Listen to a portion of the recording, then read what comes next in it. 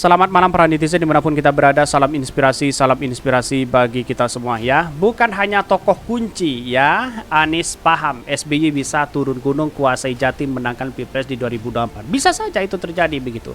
Bayangkan ketika ketika Partai Demokrat menguasai Jatim, ini akan menjadi lumbung yang luar biasa begitu ya. Karena pada hakikatnya saya prediksi hari ini Partai Demokrat di Jawa Timur itu sangat masif sekali begitu ya. Mulai dari daerah begitu ya, begitu banyak menginginkan bahwa pencapresan dari Anies Baswedan itu akan menjadi dampak begitu. Bisa saja itu ya di parlemen akan menguasai juga begitu ya.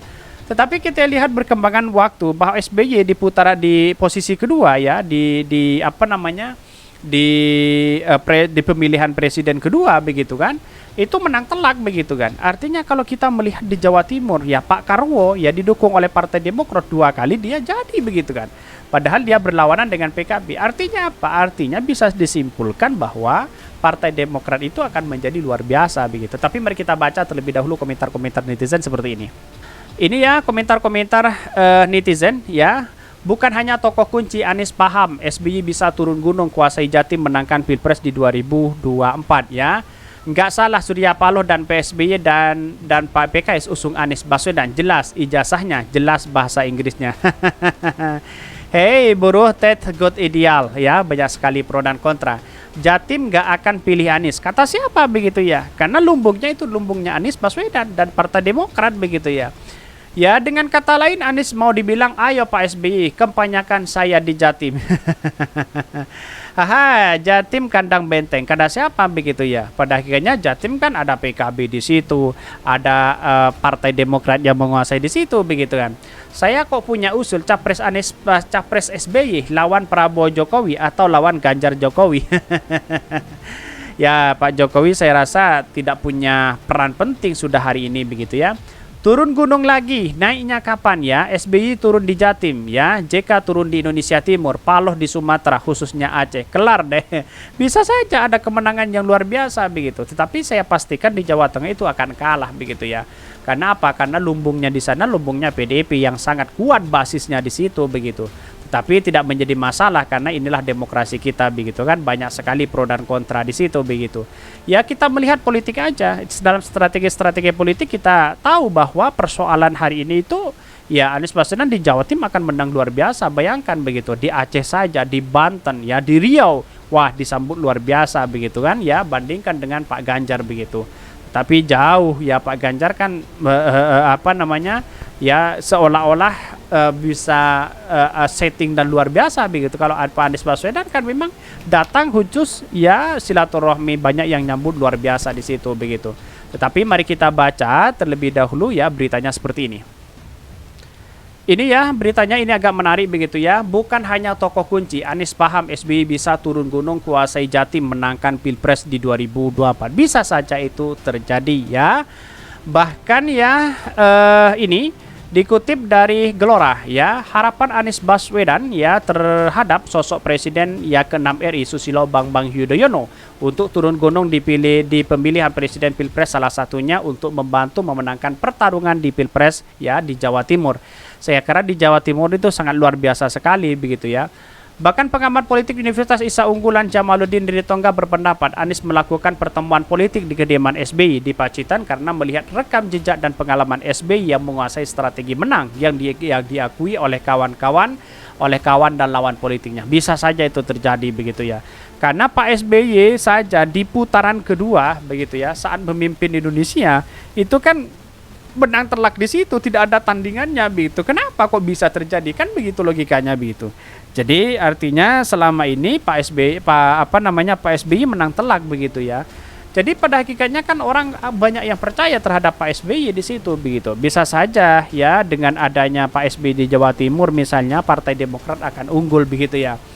Bahkan kirinya akan membantu Pak Anies untuk memenangkan Pilpres di 2024. Hal itu tampaknya sangat besar mengingat SBY juga masih diingat ya. Masih diingat dan melekat di hati sebagian rakyat Indonesia. Ya demikian kata Jamaluddin kepada kantor berita politik RM Oil. Bahkan lebih lanjut Jamaluddin menganalisa jika SBY akhirnya memilih turun gunung membantu ya di Jawa Timur. maka peluang Anies menang ya lebih besar, sebab ya saat ini Anies juga dominan di Jakarta ya, di Jawa Barat dan di Banten. Bayangkan ya kalau di Jawa Tengah kan kalah di situ begitu ya. Tetapi kita lihat saja lumbungnya siapa begitu kan. Tetapi persoalannya politik begini ya, ketika nanti misalnya ya pertarungan ini ya di Jawa Timur misalnya dimenangkan Partai Nasdem, maka seharusnya Partai Nasdem itu ya memberikan satu titik temu bahwa kemenangan itu kunci utama begitu kan. Karena kita lihat saja peta politiknya begitu. Di Jawa Tengah mungkin dikira salah kalah begitu ya. Kalau seperti ini bahwa posisi Anies Baswedan, kalau Jawa Timur sudah lumbungnya Partai Demokrat, maka seharusnya ya menjadi memilih wakil itu yang seolah-olah punya dampak kepada di Jawa Tengah begitu. Misalnya ya Bohofifa ketua Muslimat begitu ya. Dia kan punya dampak Muslimat besar juga di Jawa Tengah begitu ya. Jadi saya rasa peta politiknya semakin menarik untuk kita tahu. Ya di satu sisi bisa menguasai Jawa Timur ya dari Partai Nasdem, satu sisi Bohofifa bisa menguasai Jawa Tengah sebagian karena untuk memperpecah suara di situ begitu. Bahkan secara politik ya Anies memiliki dua tokoh kunci untuk memuluskan jalan politik menghadapi Pilpres, yakni SBY dan Pak Surya Paloh. Ya Pak Surya Paloh sudah pengalaman ini semua begitu kan, dan Pak SBY juga pengalaman ini semua.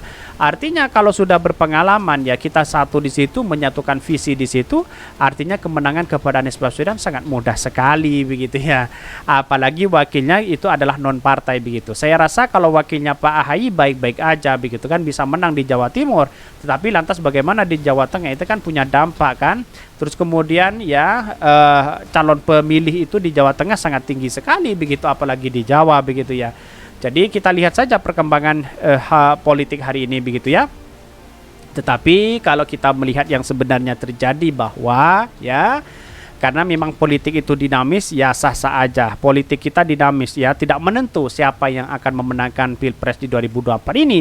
Walaupun di parlemen akan menguasai, tetapi kita lihat saja perkembangan dari waktu ke waktu itu sendiri begitu. Tetapi menariknya di sini adalah bahwa ketika ya Pak Anies Baswedan bersama AHY, bersama Pak Surya Paloh, bersama Pak SBY, bersama PKS bersatu di situ, itu menguatkan kesulitan luar biasa ya kepada Anies Baswedan. Secara tiket itu sudah ada dan sudah pasti di situ. Tetapi perlu diingat bahwa masyarakat yang ada di berbagai daerah menginginkan siapa. Kira-kira seperti itu begitu. Ini harus jelas bahwa gagasan-gagasan yang ada untuk Anies Baswedan harus dipertimbangkan kembali begitu ya. Mungkin itu yang kami sampaikan. Tonton terus channel Khodari Podcast Rakyat ini karena ada berita-berita menarik dan viral setiap harinya. Salam para netizen, salam inspirasi bagi kita semua. Jangan lupa di subscribe channel YouTube Khodari Podcast Rakyat ini.